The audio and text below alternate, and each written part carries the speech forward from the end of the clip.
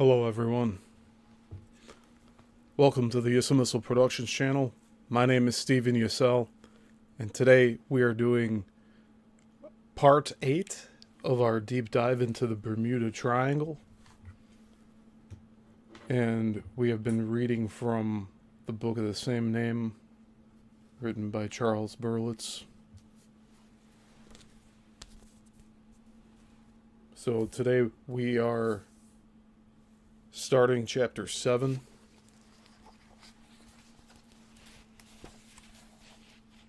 Titled A Suggestion from the Ocean's Past. And there's a lot of photographs in this chapter here at the beginning. So I'll be showing all these.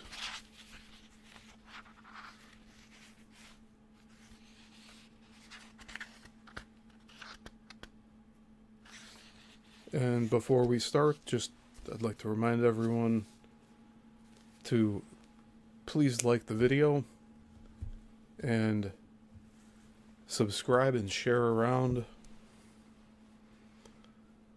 I really appreciate it. It does help. And yeah, just thank you for watching here. I really do appreciate it.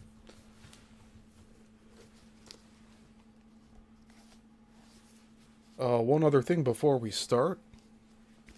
I do have Saturday's show covering the Chicago film industry.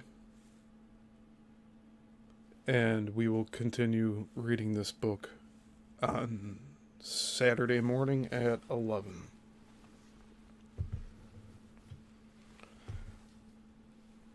And again, for the third week in a row, we'll be doing a Sunday Let's Talk About It, where it'll be a channel update for here on YouTube and the other backup channels that I have. And that's more of a show to give you an update on what's going on around here. Y'all should tune in this Sunday. That'll also be at 11:05. And that's Central Time, so Chicago. And again, on Tuesday of next week, we'll be doing our next part in our deep dive for Coral Castle and Ed Lead Skolnich.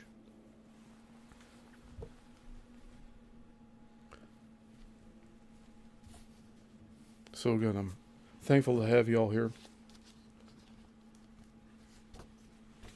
We'll see how much we get through today. We might go a little over an hour here. That's all good.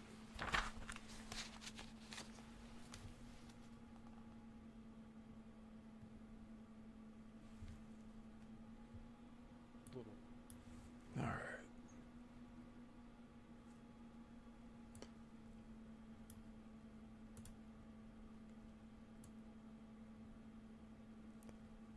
So before I start, I'm gonna get this usual photograph up here. Just give me one moment.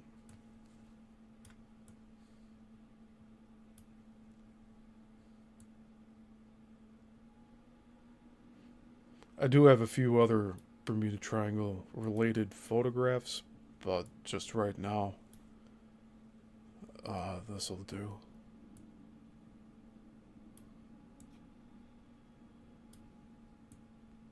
Alright, that's nice.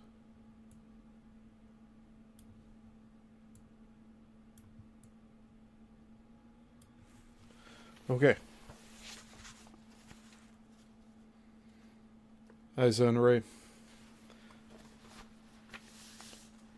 One more time before we begin here with Chapter 7 in this book. Again, if you're following the other series on my channel, I do have a show coming up on Saturday and Sunday.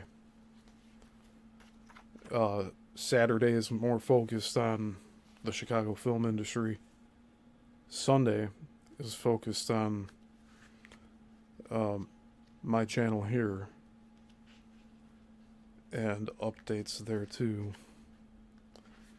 So I encourage everyone to go check those out, and my Tuesday show with the Coral Castle deep dives. And I am working on 3 different new deep dives. So I haven't officially announced all of them yet, but I did work on one of the thumbnails. I'm going to try moving away from putting the parts in the thumbnail, if that makes any sense. Like, every thumbnail will be the same. And you'll be able to see what part all of these deep dives are just right at the beginning of the title in the video. It says part 8 here. And I do have playlists on this channel. If you go and click on the name, go to playlists, there's playlists for these deep dives. So you can go in and watch them chronologically at any time you choose. So that's just a heads up. Okay, so Chapter 7. A suggestion from the ocean's past.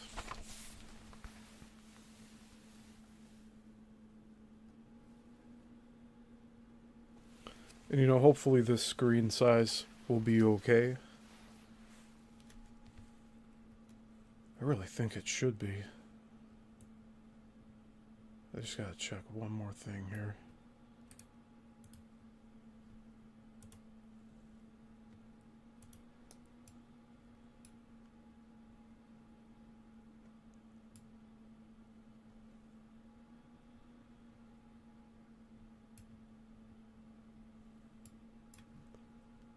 Alright, I'm not gonna worry about it. I'm thinking there's a setting on my camera here that's not shut off again, but we're just going to carry on here. So Chapter 7, a suggestion from the ocean's past. It is generally considered as proved that large sections of the Earth's surface were once underwater, while other areas now underwater were once land. This was noted by the naturalists of ancient times when they found fossilized life in the desert, as well as by modern naturalists who have found skeletons of whales in such inland areas as Minnesota and even in the Himalayan mountains. While ample evidence exists that the Sahara was once an inland sea.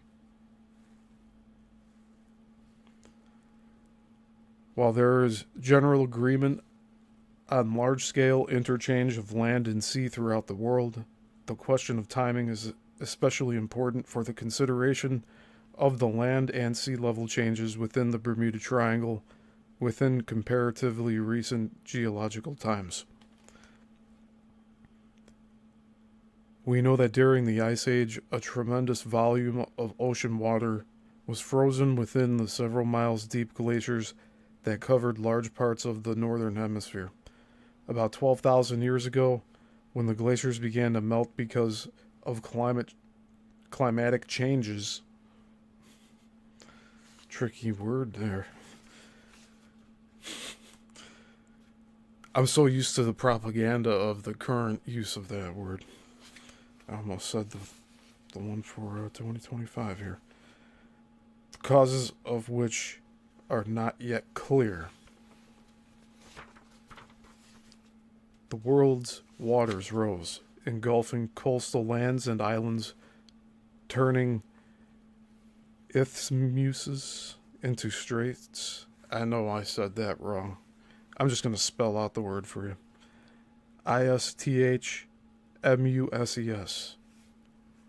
Into straits and large islands, into underwater plateaus.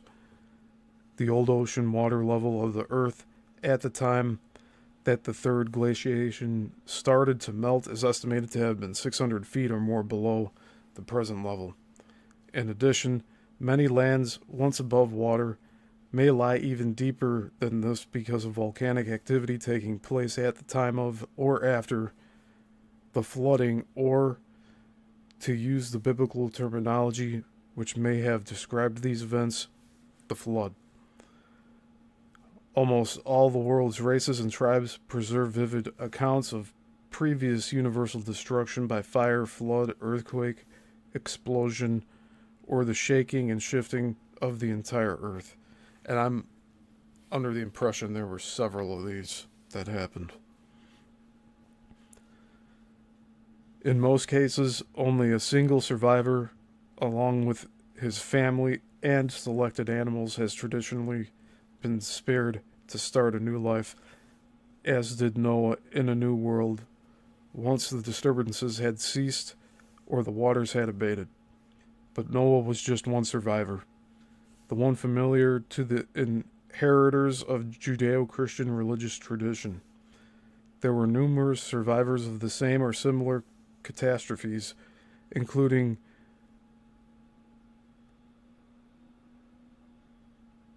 I want to say Deucalion or Deucalion. Deucalion of Greek myth. I haven't had to pronounce that word in a very long time, if at all. Who repopulated the earth by scattering stones.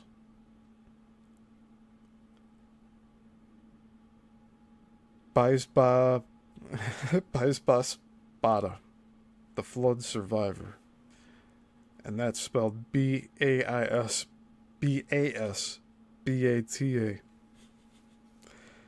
Told of the Mahabharata of India. Utnapishtim of Babylonian legend, whose story closely resembles that of Noah. Yima, spelled Yima, of Iran. Cox, COX-COX of ancient Mexico, who escaped the flood in a giant cypress raft. Tezpi, Tezpi, of another, more developed Mexican race, who had a spacious vessel at his disposal on which he loaded grain and animals. Bohica, or Bolchica, Bochica, of Colombian Chibcha legend. This word is spelled Chibeha, who finally got rid of the floodwaters by opening a hole in the earth, as did the Greek Deucalion. Then there's Tamandere, spelled Tamandere, the Guarani Noah of southern South America, who floated on a huge tree to the top of a mountain where he survived, and many others throughout the world. In each case, the animals which were saved reflect the local fauna, with the general references to the animals taken on the ark by Noah, exotically supplemented in the American legend by specific mention of such animals as llamas, jaguars, tapirs, buffalo, coyotes, and vultures, saved by his ancient American counterparts. With so specific a world legend, even the time period of the flood varies only slightly, mostly from 40 to 60 days. It seems plausible to assume that a worldwide catastrophe did occur, leaving, as it did, so deep a trauma in the racial memory. And that it just cuts off. And that it was connected with the sea, consequent to changes in terrain, climate, and water levels throughout the earth.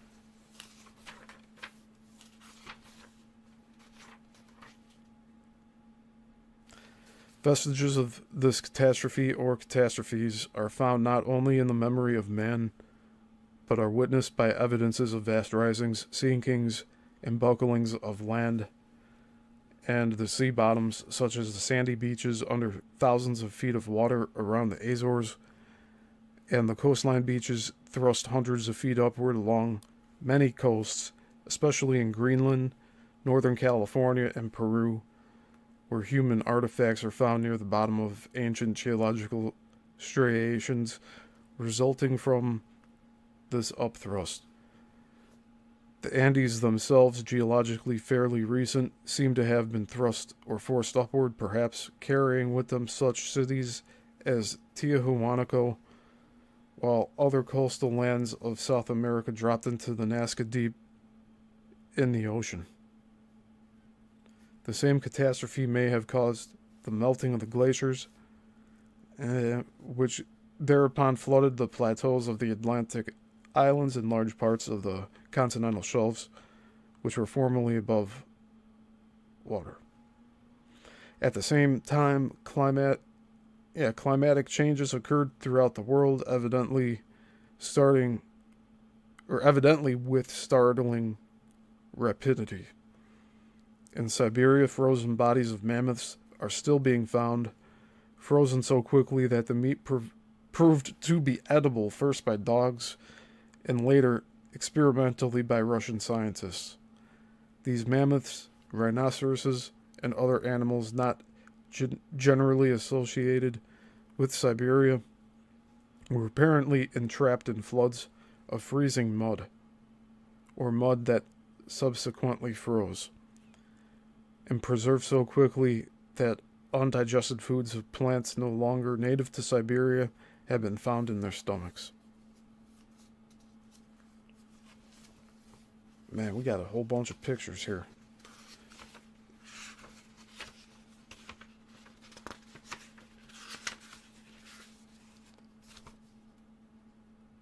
Like, we got 4 full pages, so that's like eight sides of paper, so that's 8 pages. But the whole thing just jumped mid-sentence in the middle.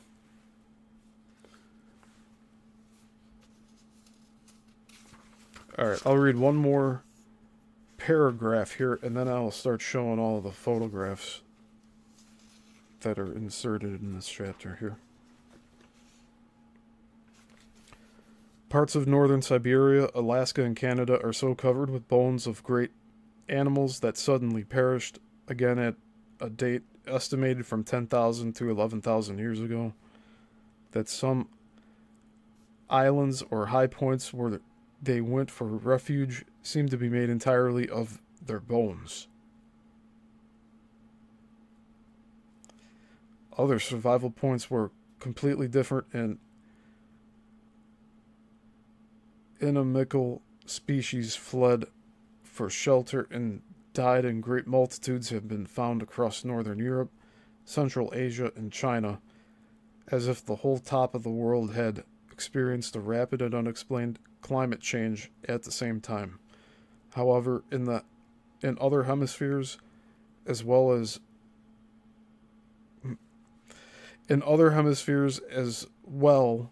there are indications of the simultaneous decimation of species, from the huge elephant graveyard that exists in the Colombian Andes and even underwater, as in the case of an enormous sea elephant graveyard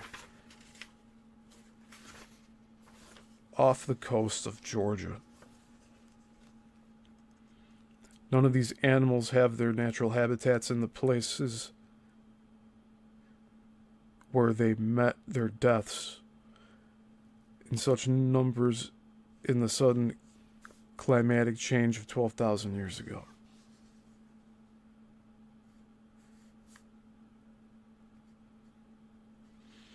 Okay, one more, because this is a good break point. One more paragraph, and then I'll show the photographs and sketches here.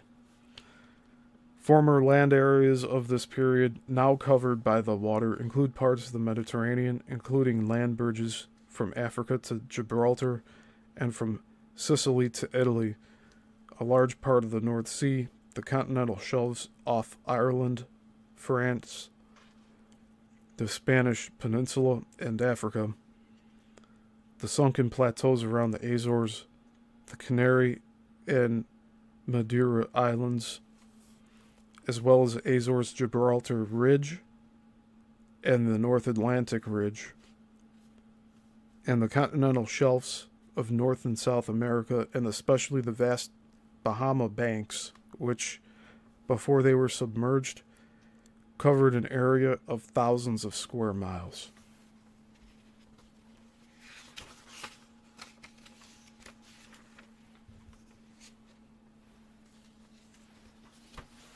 Okay, so now we're going to get rid of this image that's next to me here. We're going to make this full screen.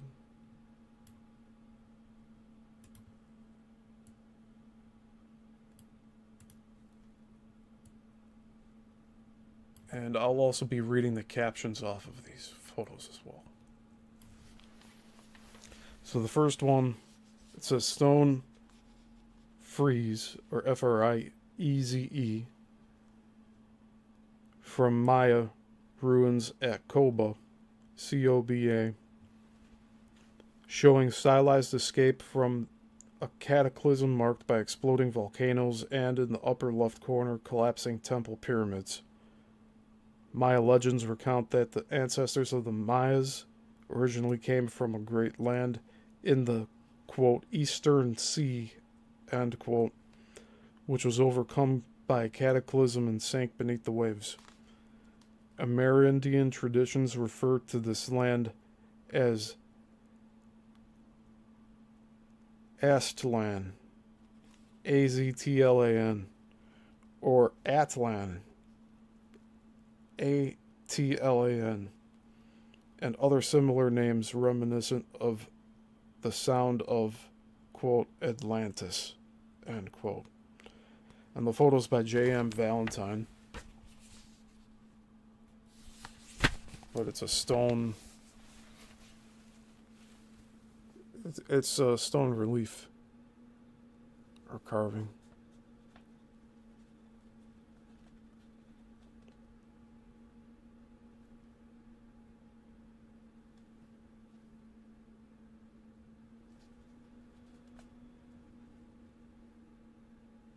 Yeah, of course, this focused right when I had it up here.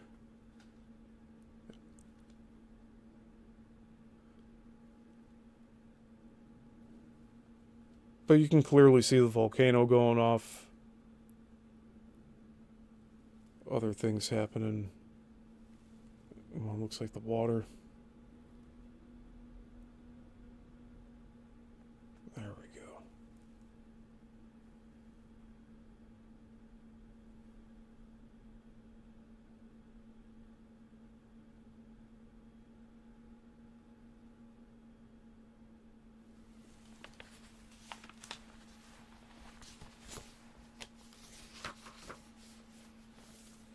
So next we have a view of oceanic action on mountains near Ancon, Peru. This view, taken at an altitude of 6 miles, shows evidences of wave action on sides of mountain in lower right of the photograph.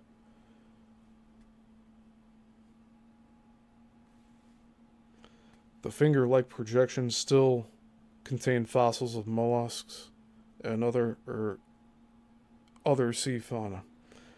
Along the coast of Peru in this area, geological cross-bedding indicates that the former sea bottom, layers of which contain extremely ancient cultural vestiges, has been forced up out of the ocean.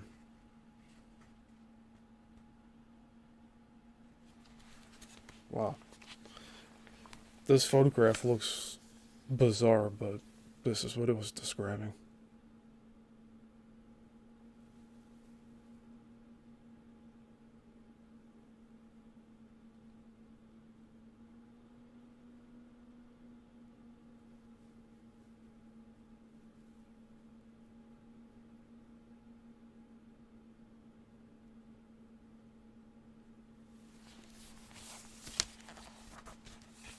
And then right below that on the same page, indications of deep land submergence in the Mediterranean. The diver is on the summit of a submerged acropolis 100 feet below the surface of the Aegean Sea near the island of Milos. While parts of the Mediterranean and other coastlines have sunk gradually over the centuries, some sections have evidently been precipitated suddenly to considerable depths. From the place where this photograph was taken, roads lead downward to constructions at even greater depths. And this photograph is by Jim Thorne, and it's of a scuba diver.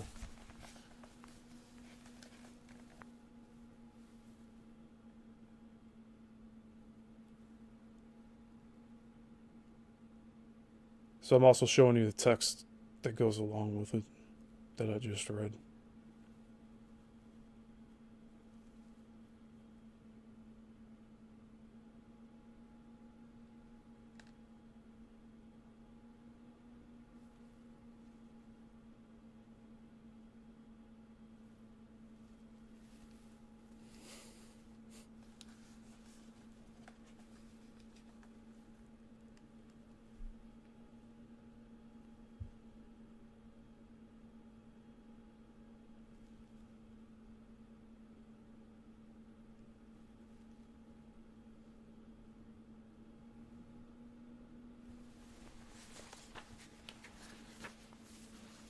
Alright, the next is the Great Pyramid of Giza, Egypt, perhaps a surviving artifact of a previous world culture which existed at a time prior to dynastic Egypt.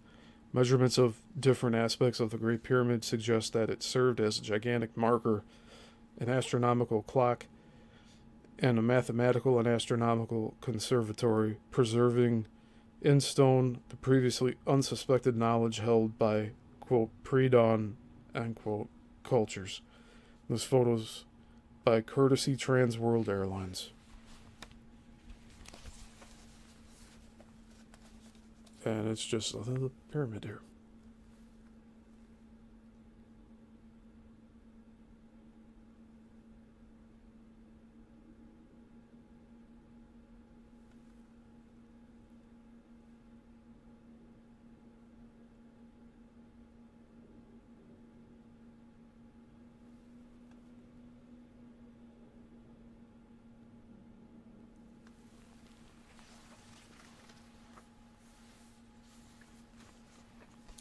Next photograph is, the caption says, Cyclopean walls of fortress of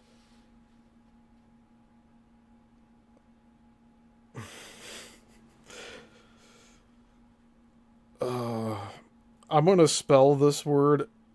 It's a city, I guess, or a country. Yeah, it's a city. SACSHUAMAN.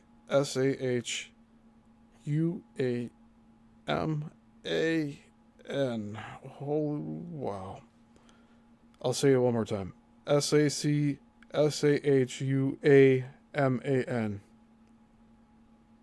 Sacsayhuaman, Peru. Somewhat resemble the underwater constructions at Bimini. The walls at this location and other pre-Inca remains in Peru, seen here partially filled in by subsequent Inca work with smaller stones, are themselves an archaeological mystery since they are of extreme age, with the stones set so closely they seem fused. There is no explanation of how huge stones with odd exterior and interior angles could be transported, cut, measured, and set to exact, but also random specifications by prehistoric people of whom even the Incas have no records. The photo is also from courtesy Pan American World Airways.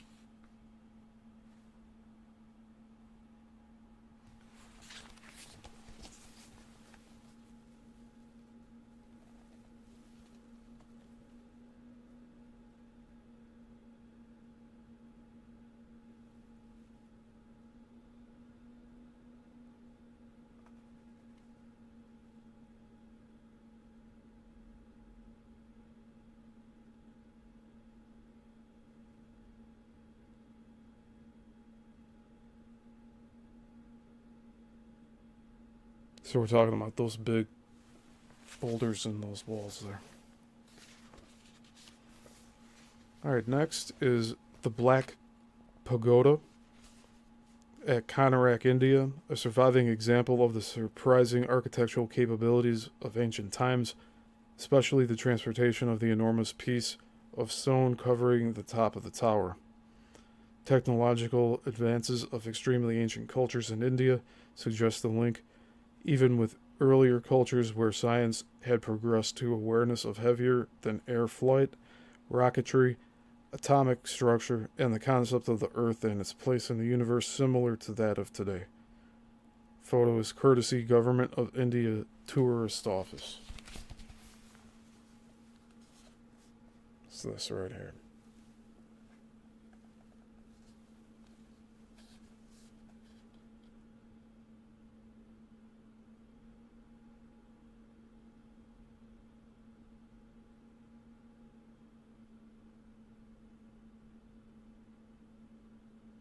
Looks like a machine. Next is a golden artifact from a pre-Columbian tomb, which, despite its estimated age, 1,800 years, is considered by many researchers to be a model of a prehistoric plane, complete with delta wings, engine housing, cockpit windshield, a flanged tail, and elevators. A copy of this controversial object is on display in the Permanent World of Man exhibit in Montreal. Similar golden objects resembling airplanes have been found in different locations in South America. Photograph is by Jack Ulrich, and this is, I would assume, a pretty common photograph now. But, the questionable ancient aliens had covered this one a lot.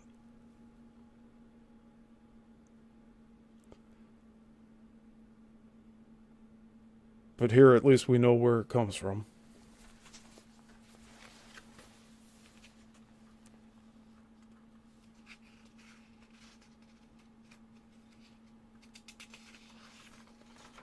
Well, we know and don't know. Pre-Columbian. Okay, so we have 5 more images to show. So next up is air view of Nazca Lines, Peru. These lines of unknown antiquity depict animals, birds, geometrical shapes, and, as considered by many, landing strips. Difficult to notice from the ground, they were not identified until the middle of the 20th century, and then only from aerial surveys. The black line cutting diagonally through the landing strip is the Pan American Highway. Astronauts of Skylab 2 were instructed to take pictures of the Nazca Lines with a view to determining whether they had some special significance when seen from space, but space photographing them has so far produced unsuccessful. Oh, why is that? Huh?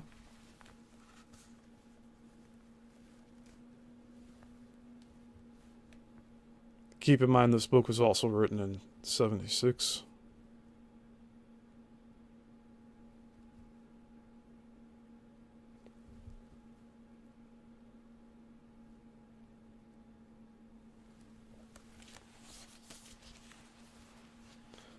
Next up we have Maya stone carving from Palenque, Chiapas, Mexico, frequently cited by believers in prehistoric visits by ancient astronauts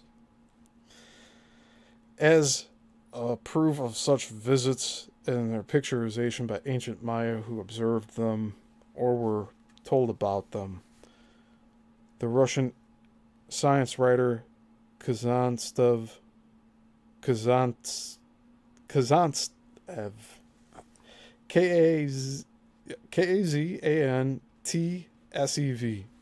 considers the plaque to be the representation of a space vehicle complete with recognizable, though stylized, antenna, flight direction system, turbo compressor, control panel, tanks, combustion chamber, turbine, and exhaust.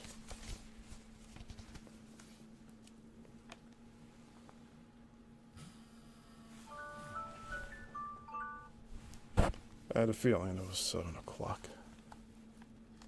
Alright. So this is it right here. There we go.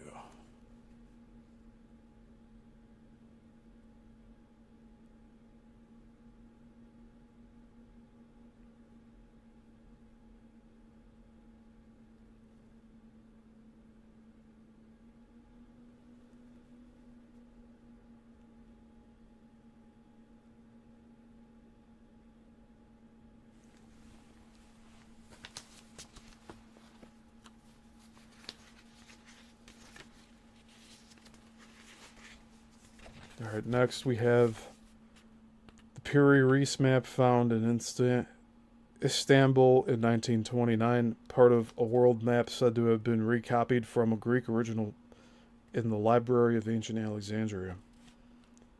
Among other features, the Piri-Reis map shows detailed features of Antarctica, evidently drawn several thousand years before Antarctica was, quote, discovered, end quote, as well as the true shape of Antarctica without the covering ice.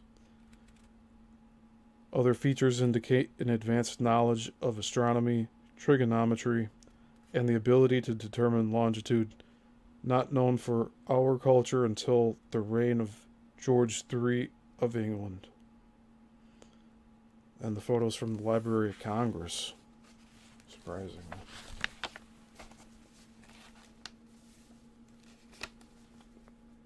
I'm holding it up sideways here so that get a larger image of this.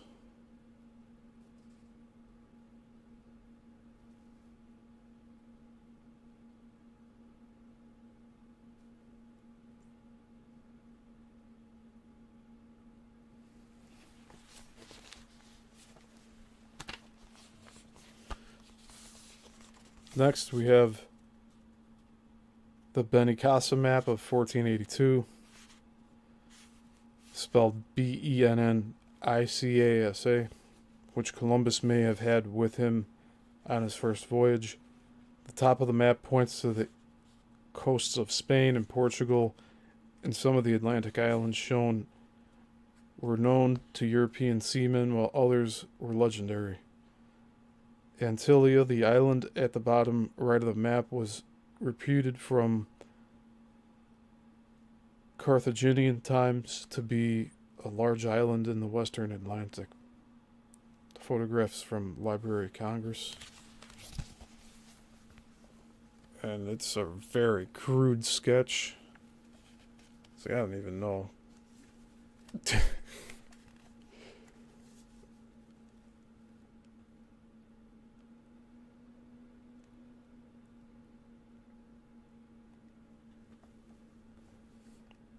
Like the camera doesn't even want to look at it.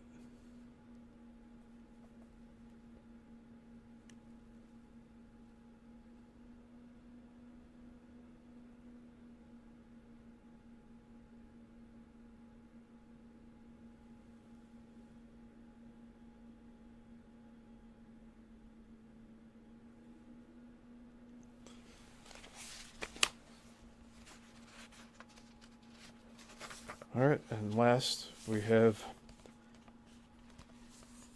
the Buachi map of 1737. So this is spelled Buache. Copied from ancient Greek maps showing Antarctica without the ice.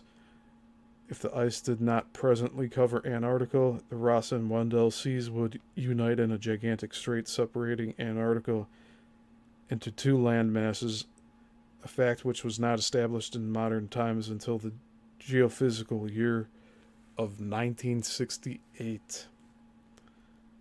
This map is another indication of surprising technological capabilities of some ancient cultures. The photograph is also from the Library of Congress.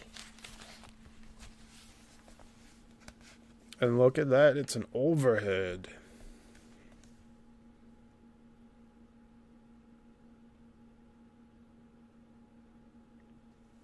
But I don't think this is accurate now.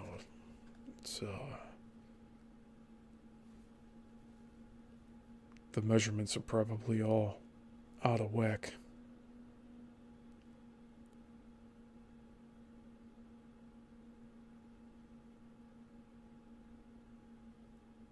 So we'd have to go back and look at the ancient Greek maps just to be sure. It's a pain.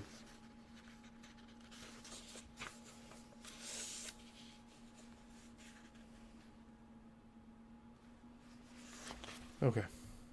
So that's all of the photographs. So we'll continue reading. Just give me a moment here.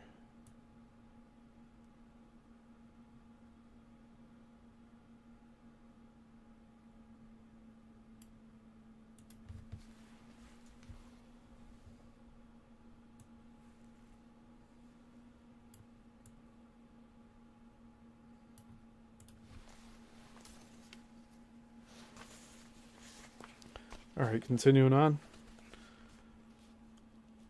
Former land areas of this period now covered by water include parts of the Mediterranean, including land bridges from Africa to Gibraltar and from Sicily to Italy. So we read this part already. Okay. There is abundant proof that these areas have been above the surface of the ocean within the last 10 or 12,000 years.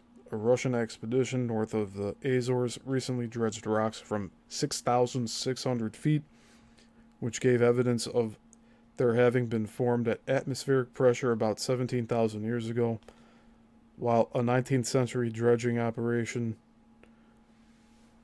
while repairing a break in the transatlantic cable in the vicinity of the Azores, brought up pieces of taculite, a vitreous lava which forms above water at atmospheric pressure. The samples were estimated to be about 12,000 years old. While this incident has often been commented on, the reason for the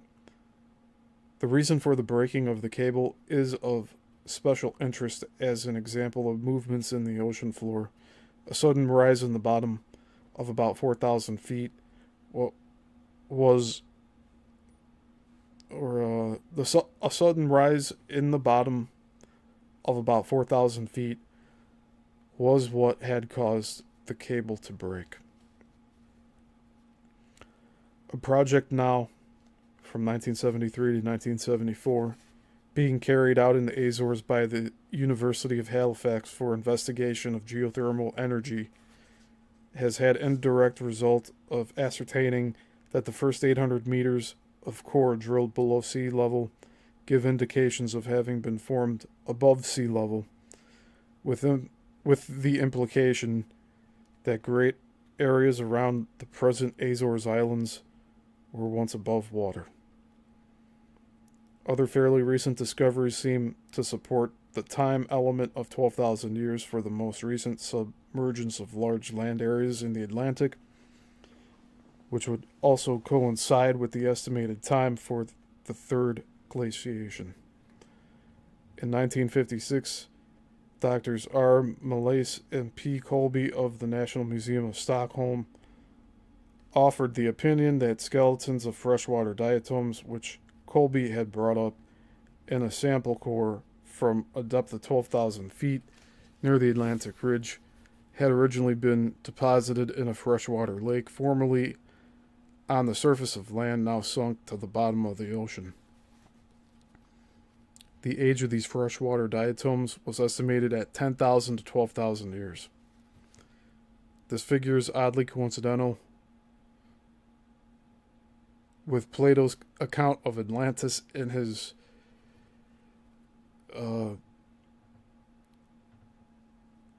Timaeus dialogue, in which he refers to a great continent having existed in the outer ocean, quote, 9,000 years ago, end quote, or about 11,400 years before the present time.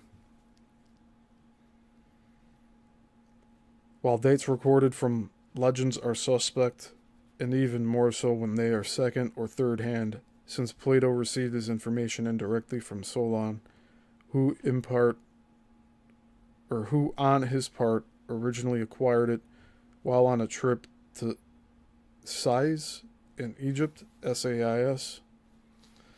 It is nevertheless remarkable that this time calculation comes up so frequently in other fields connected with these sunken lands.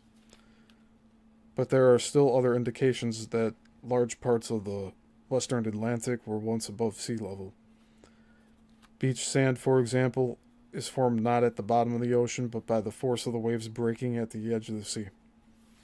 Yet sand beaches are found on deep underwater plateaus around the Azores. Rivers form canyons only on land, yet the Hudson River Canyon proceeds underwater for hundreds of miles out to sea. Other river canyons extend out in like manner from where European, African, and South American rivers enter the ocean. Mastodon and human bones have been found on the bottom of the North Sea, along with prehistoric tools indicating a certain degree of advancement and the probability of cultural development in the Pleistocene era, prior to 11,000 BC. But perhaps the most striking of all indications of the drowning of cultural remains of prehistoric peoples since the melting of the last glaciers are the underwater buildings, walls, causeways, and roads now being found with increasing frequency under the waters of the western coasts of Europe and South Africa and the southeastern coasts of North America.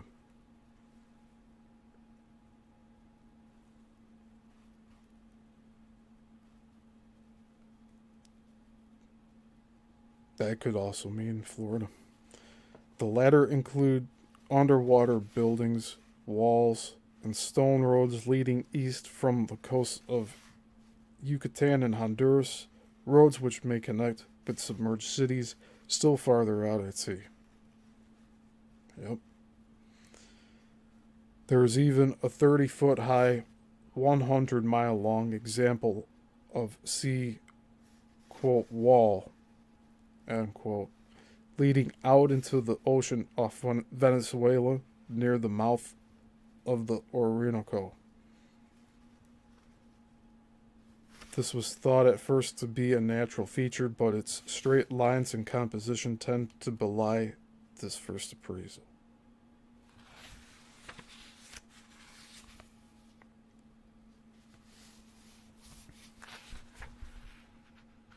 How y'all doing? You hanging in there?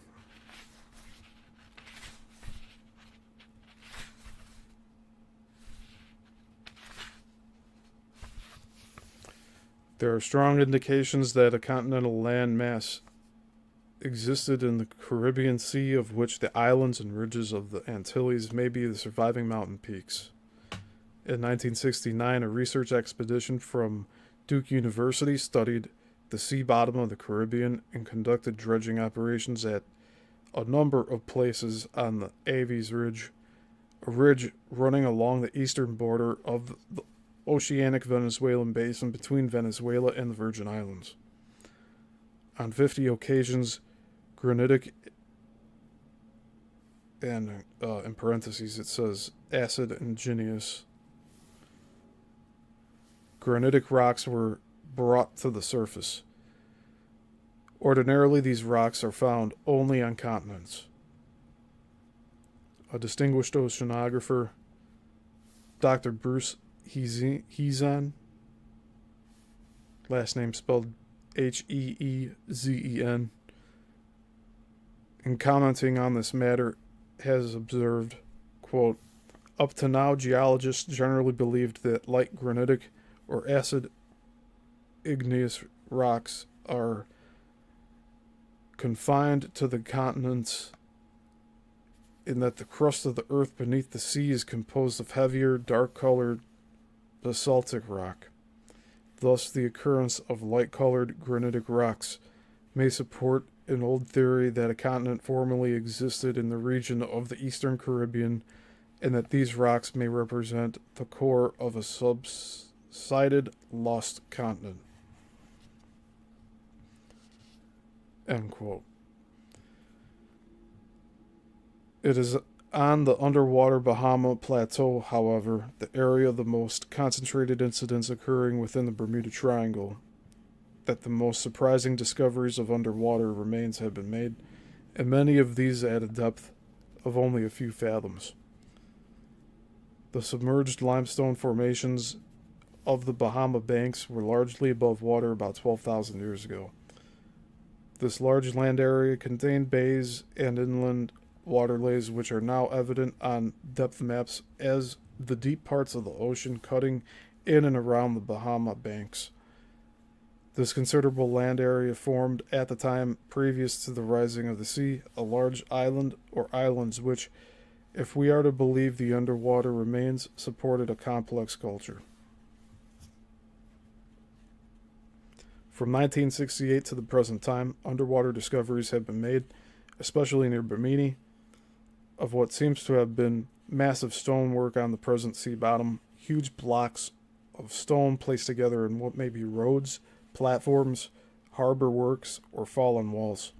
They strangely resemble the pre-Inca stonework of Peru, the pillars of Stonehenge, or the Cyclopean walls of the Minoan Greece. The age of the stones is uncertain, although fossilized mangrove roots, which had grown over the stones, have given carbon-14 datings of about 12,000 years. Oh my god, the verdict's out on that.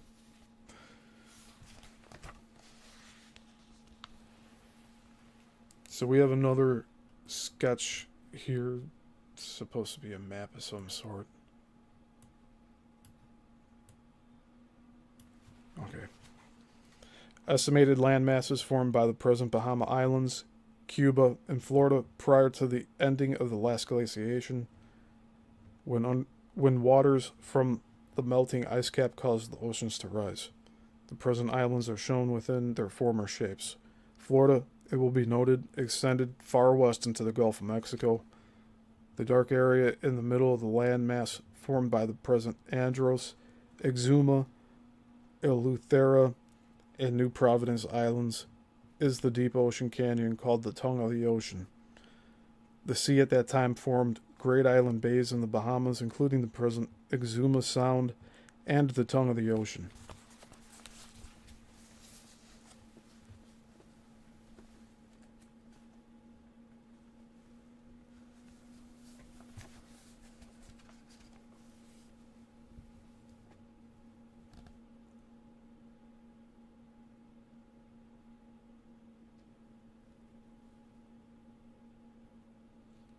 So the top left portion, I believe, is that tip of Florida.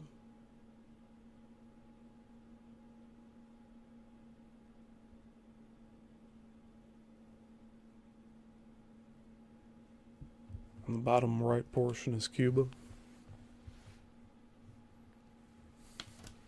That's what I believe they're showing there.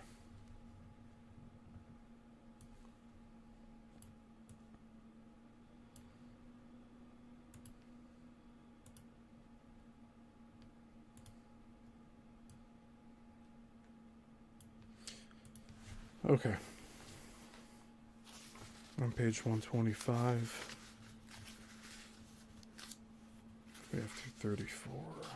Yeah. I think one more overhead sketch left.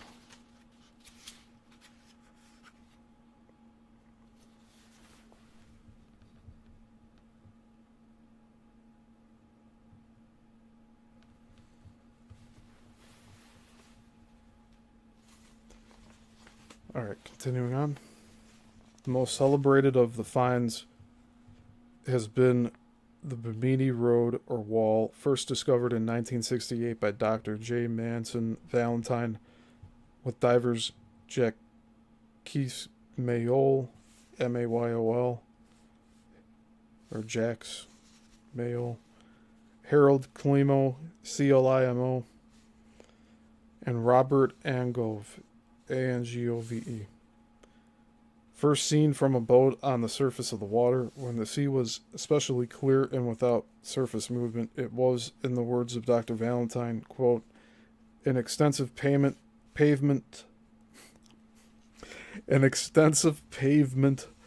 of rectangular and polygonal flat stones of varying size and thickness, obviously shaped and accurately aligned to form a convincingly artifactual arrangement.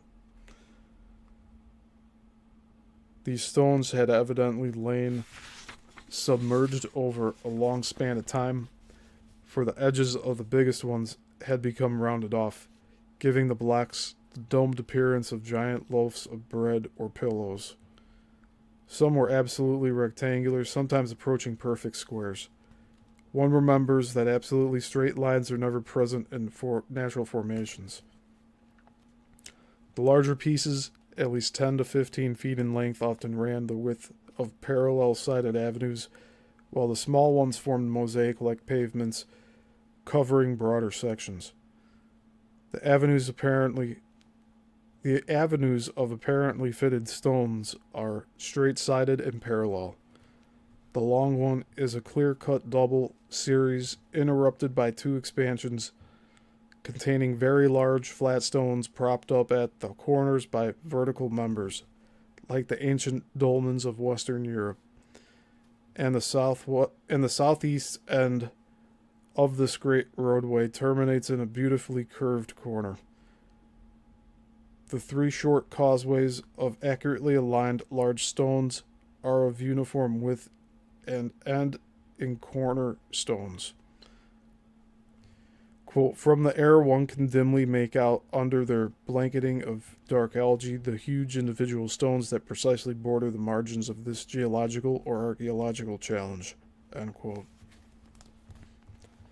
The first underwater discoveries in Bimini have come under considerable attack from geologists and archaeologists, some of whom have not visited the site, but recent findings that have gigantic construction makes a turn and appears at other places on the ocean bottom as if it once ran around Bimini and beyond, indicated the increasingly apparent size and ramifications of this enormous structure, the purpose of which we can as yet only guess. The discoverer has expressed his personal feelings. Quote, the suggestion that the stones represent the remnants of walls, roads, or even an ancient seaport are unacceptable at the present time because it has not yet been established what, if anything, besides bedrock lies below. However, recent observations in slightly deeper water have verified multi-layered construction in at least one area. My personal feeling is that this entire complex represents the intelligent utilization by ancient man of materials provided by nature and appropriate for the creation of some sort of ceremonial center. In this connection, it should be remembered that certain ancient sacred sites, such as the Glastonbury Circle, 30 miles in circumference, that's 30 miles in circumference, and the designs of the Nazca Desert of Peru of lines and images of mile-long animals, traceable only from the air because of their gigantic proportions, have virtually no point of reference with our modern technology, as the purposes of these majestic artifacts are incomprehensible to us. End quote.